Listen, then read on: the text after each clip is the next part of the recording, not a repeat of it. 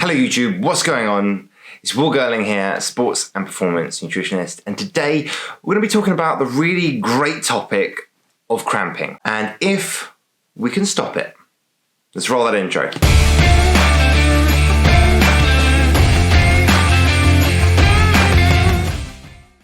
Today we are going to look over a systematic literature review, which is a review of many studies that are out there in the world to give a consensus about a topic, which is, in this instance, cramping. This is a study by Mohan et al. 2019, so only last year.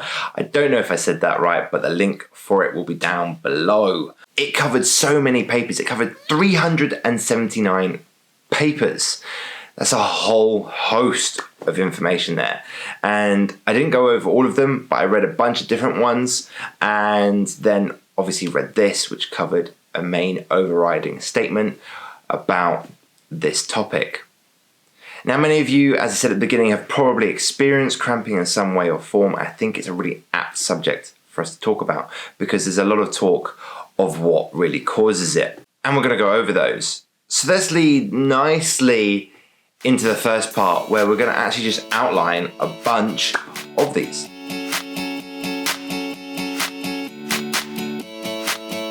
Of those 379 studies that were looked at in this paper, a whopping 67% of triathletes experienced cramping, and a huge range of 18 to 70% of marathon runners and cyclists and other endurance sports in general experienced cramping. So that's a whole host of people. It seems to mainly affect males. It seems to mainly affect people with underlying health conditions, people who are taking medication, people who have injury or have experienced a lot of injuries over their life, and experienced athletes. So there's 5 big areas there that maybe you're involved in. And we do see that there seem to be people who cramp and people that don't cramp. Maybe you're unlucky, but that's just a bit like gastrointestinal discomfort or GI distress or any of these things that people get as well. There is a prevalence to some people getting it more and others not. So this definitely seems to be one of those things. And, you know, if that's the case, sucks to be you. No, if that's the case, then let's talk a bit more about data and how we can help you. There's another great study that looked at marathon runners at 10 to 12 degrees Celsius, and of 92 of these marathon runners, only 15 experienced cramp. And of those 15, 5 of them experienced it in the last 1.5k of that marathon. And there's a whole trend of information and studies out there that show that the incidence of cramp increases in the final or latter part stages of a race event, whatever you're doing. And it's really interesting because this is going to be the point where you are most muscularly fatigued and also the point where you're probably most dehydrated. So it's pretty hard to go, it's definitely one or the other. I reckon it's probably going to be a combination of the two. We definitely see an incidence or an increase of cramp in specific muscle groups compared to other ones. One study looking at sweat rate and sweat-induced cramp compared people doing saunas and some exercise to induce muscle cramping and then gave them either a carbohydrate salt solution or plain water. And it was interesting because of the people that did that study, 7 of them only got cramp in the water study compared to 9 who got it in the carbohydrate electrolyte solution. But the cramp didn't happen until a lot later in the carbohydrate electrolyte solution, whereas in the water solution, it happened way earlier. And interestingly though, that there was a difference of only 2 people in this study, but the placebo effect does seem to be effective in treating cramp. There's other studies looking at pickle juice that is being ingested as you're having cramp, having an effect, an improvement of 37% reduction in cramping, even though the pickle juice has not been in your body and is not in the bloodstream to affect electrolyte balance. There's a whole host of studies dating back to the 1900s, early 1900s, like 1910, 1920, looking at mill workers, miners, coal workers, furnace workers, all these kinds of people who have hard, labour-intensive, long duration, sweating, hot jobs.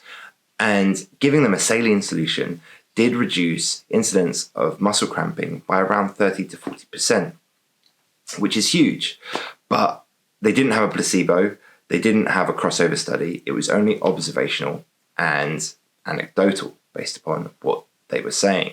So that being a placebo effect being involved, maybe it wasn't as high as that, but nonetheless it did reduce the incidence of cramp.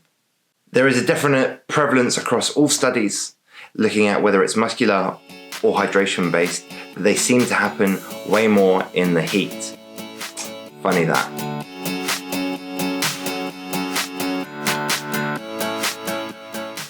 I've gone through a whole host of different explanations as to what could affect it, but ultimately there is individual variability. The placebo effect is a thing.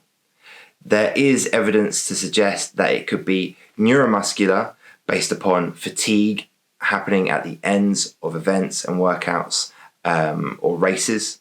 And there's also evidence to suggest that it could be electrolyte solution based and dehydration based. What am I ultimately saying there? Well, there's no definitive answer.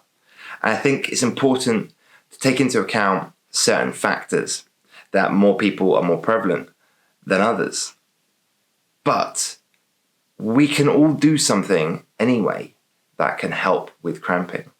If you do struggle with it, ensuring that you are always adequately hydrated to a euhydrated state, euhydrated meaning a balanced hydration level, and that you are starting your exercise in that state, that you have adequate salt or electrolyte in the water or food leading up to that activity. If all of us start at the best level that we can, hydration and electrolyte wise, then we're already covering that base. We can see that there is a massive increase in incidence of cramping in hot weather compared to cold weather. And that's by no means a mistake. It does show that that has an effect. Alongside actually it happening more in heat, we also know that cramp happens way more in training blocks, when you're doing a hard training block or a training camp, or at the beginning of your season where maybe you've had some period or time off and you're coming back into exercise, which shows a neuromuscular effect of overload on the muscle, fatigue on the muscle, and brand new stimulus that you're not used to that is also potentially causing fatigue or overactivation of certain muscle groups. Going along with my advice of what you should do and how you can help prevent it, definitely starting in that euhydrated state will make a difference. Doing hydrations testing, link in the corner for a video that I've done before, would be really worthwhile in doing. There does seem to be some research that also suggests that regular stretching can help prevent cramping.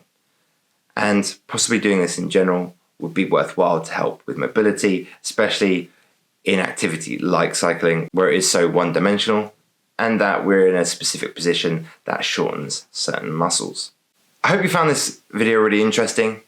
Obviously, the advice that we're giving can only be related to what we have. And when there is no definitive answer, there is no definitive advice we can give. But following the suggestion that I've given you and possibly looking at the reasons that might cause it may give you an answer in itself anyway. I hope you really enjoyed today's video. If you did, drop a comment down below. Let me know if you have cramping and what you've done, if anything, to help. As always guys, hit that like button, hit that subscribe button, share it with your friends. I do really appreciate it when you do. I look forward to you tuning in again soon. Remember, fuel for the work required. I'll see you guys soon. Bye.